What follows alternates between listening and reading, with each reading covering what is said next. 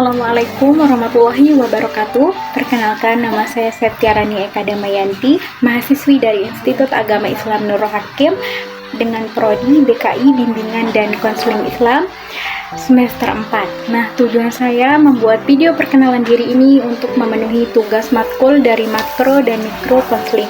Nah, teman-teman, jika ada yang kurang dari video ini, jangan lupa tinggalkan saran yang membangun ya. Terima kasih. Assalamualaikum. Bismillahirrahmanirrahim. Assalamualaikum warahmatullahi wabarakatuh. Selamat sore Mbak. Selamat sore. Halo, gimana kabarnya Mbak? Sehat? Alhamdulillah sehat. Kebetulan saya Jadi Mbak di sini saya siap mendengarkan cerita Mbak. Cerita dengan menghalalkan unek-unek apapun yang ada di dalam hati Mbak. Saya siap menjadi pendengar yang baik. Awalnya saya bercerita tentang diri saya. Awal 2017 atau 2016 akhir, dulu saat saya SMP, saya bisa mengendarai motor. Kebetulan saya belajar oleh kakak saya. Nah, di sana saya seperti halnya perempuan-perempuan di luar sana yang seliweran sana sini menggunakan motor. Nah, setelah itu saya hampir mengalami kecelakaan.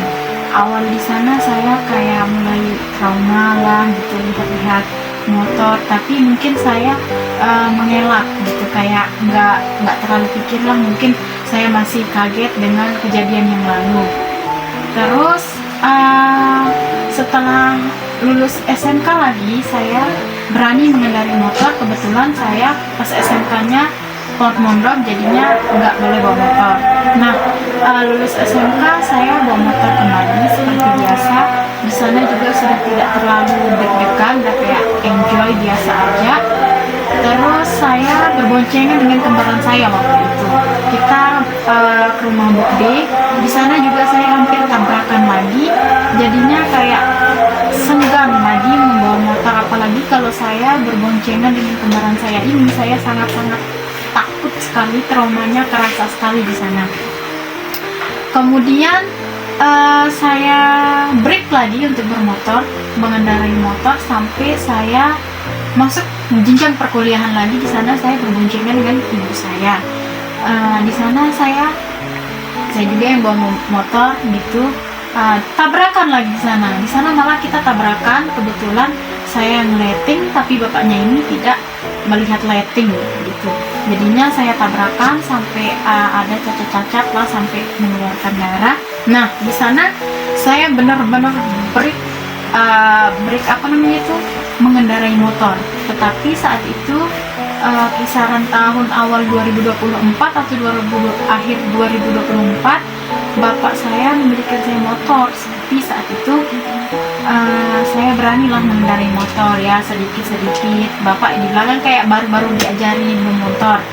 Tetapi saat itu saya belum berani untuk membawa motor ke jalur yang lebih besar. Masih kayak ya lingkungan-lingkungan rumah. Rencananya mungkin ya pertengahan tahun 2026 rencananya mau bawa motor gitu kan, soalnya udah sangat dibutuhkan karena kebetulan saya saat itu menjadi mahasiswa. Kemarin lagi 1 bulan yang lalu kayaknya kejadian saya tabrakan lagi sama teman saya. Kebetulan saya yang dibonceng. Jadinya kayak trauma sekali. Terus barusan lagi ada teman saya yang hampir ditabrak.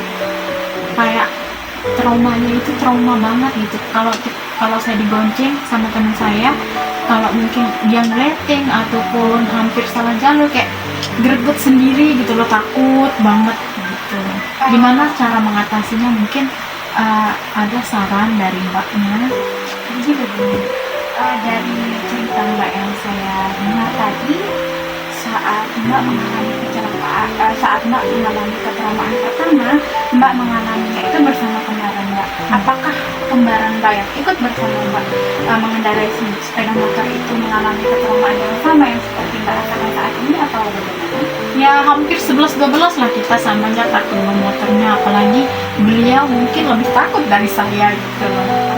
Lalu saya mendengar lagi flashback yang akhir tahun 2024 atau enggak sekitaran itu Mbak bercerita Mbak mengalami kejadian yang sama lagi, kecelakaan bersama ibu Mbak. Apakah kondisi atau situasi saat itu Mbak di depan atau ibu Mbak yang di depan atau bagaimana kejadiannya? Kebetulan saya yang di depan, karena kan kayak motor baru lah saat itu. Kebetulan saya yang di depan, terus sebenarnya bukan saya gitu yang salah, bapaknya ini yang salah. Kita udah ngeliatin tapi bapaknya hadap sana sini gitu loh, jadinya dia tabrak kita. Sebenarnya total saya kecelakaan mungkin ada 6 kalian dari kecil waktu SD, TK atau SD itu udah, pokoknya total kecelakaan saya sendiri itu 6 kali gitu, jadi kayak trauma banget. Jadi pada saat Mbak mengalami kecelakaan bersama ibu Mbak itu, ibu Mbak juga mengalami ketraumaan yang sama? Iya, ibu saya mengalami ketraumaan yang sama, tapi beliau yang masih lah mungkin dengan masih mau membawa motor, tapi kalau saya ya kalau nggak dipaksa ya nggak akan mau. Apakah keluarga atau orang tua Mbak atau kerabat lain mungkin mengetahui tentang ketraumaan Mbak ini?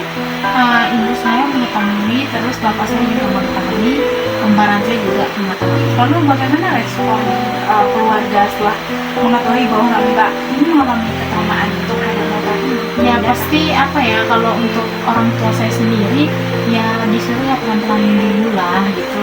Kalau emang trauma ya nggak apa-apa break, tapi jangan sampai bawa motor gitu, karena kan motor sangat dipentingkan gitu loh. Sebenarnya kita apalagi yang perempuan juga banyak yang hati-hati, tapi mungkin pengendara lain yang kebut-kebutan, apalagi zaman sekarang tuh ada yang bisa pelan gitu loh. Jadinya kalau bawa motor apalagi kayak kita yang traumanya mendalam itu kayak mungkin 2-3 kali. Jadi ketraumaan yang seperti apa yang Mbak rasakan? Apakah pada saat melihat kendaraan yang ramai atau suara jalan raya yang Mbak mulai merasakan takut itu atau bagaimana? Ya, saya mulai merasa takut kalau ada kendaraan besar-besar gitu yang lewat. Mungkin saya mau menyeberang terus ada kendaraan besar-besar yang lewat, saya ngerasa kayak takut banget. Padahal bukan saya yang nggak akan diapa-apain, tapi kayak rasa nanti kena gitu. Pokoknya takut banget. Jadi itu yang membuat Mbak sangat takut dan mengendarai saat ini. Saya ingin Mbak tahu, ketraumaan yang Mbak alami saat ini adalah suatu hal yang wajar ketika seseorang yang sudah mengalami ketraumaan itu sendiri. Tetapi ketraumaan ini bisa kita sembuhkan perlahan sesuai dengan khasiat Mbak sendiri. Jadi saya tidak bisa membantu Mbak secara langsung dan secara instan. Saya akan membantu Mbak bertahap, step by step. Nah, ketika rasa takut itu datang, coba Mbak tarik nafas, tenangkan diri Mbak. Ketika Mbak melihat jalan yang ramai atau kendaraan-kendaraan yang besar yang Mbak takuti saat itu, Mbak mulai tarik nafas. Kalau sudah mulai lebih tenang, di sana Mbak tenangkan pada diri Mbak bahwa Mbak akan merasa aman dan tidak akan kenapa-napa. Saya ingin Mbak tahu, dari kejadian kecelakaan itu kita bisa mengambil hikmah di sana. Dari kejadian itu kita bisa dari kejadian kecelakaan itu Mbak bisa mencari makna kehidupan, bukan untuk menyalahkan siapapun, tapi untuk membuat Mbak tumbuh menjadi wanita yang lebih kuat di kedepannya. Saya ingin Mbak tahu, sejauh ini dari rasa takut atau rasa yang trauma Mbak alami saat ini, apa yang membuat Mbak bisa bertahan hingga sejauh ini? Mungkin kayak menjadikan pengalaman pembelajaran. Tapi gimana ya Mbak, saya udah pelan-pelan, udah hati-hati gitu loh. Di sini setiap saya kecelakaan saya itu adalah korban, bukan pelakunya gitu. Jadinya kayak pasti senggan banget untuk bukan belajar menaiki motor itu lagi. Soalnya ini udah 6 kali, terus ke-6-6-nya itu saya adalah korban, bukan saya pelakunya. Jadi dari kecelakaan itu bisa saya simpulkan Mbak sangat takut mengendarai motor dari kejadian itu. Tapi Mbak yang membuat Mbak tetap bertahan sampai detik ini melawan rasa takut itu siapa? Siapa yang berperan di dalam itu? Siapa yang membuat Mbak tetap bertahan dan kuat?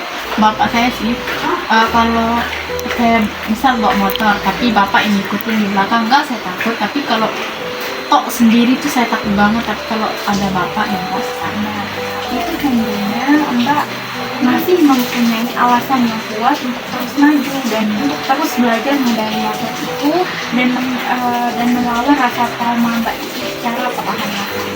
Mbak bisa memulai dari hal-hal kecil yang seperti kita sebutkan tadi, ketika rasa takut itu muncul, ketika rasa trauma itu muncul, atau Mbak melihat kendaraan besar yang ada di jalan raya, Mbak coba tutup mata Mbak dan tarik nafas secara perlahan, atur nafas Mbak dan tanamkan kepada diri Mbak bahwa Mbak nggak akan kenapa-napa, saya akan aman sekarang.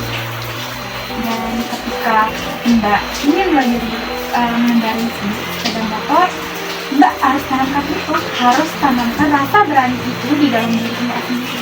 Jika bukan Mbak yang memulainya, siapa lagi? Jika bukan kita, siapa yang membantu kita? Kalau bukan diri kita sendiri.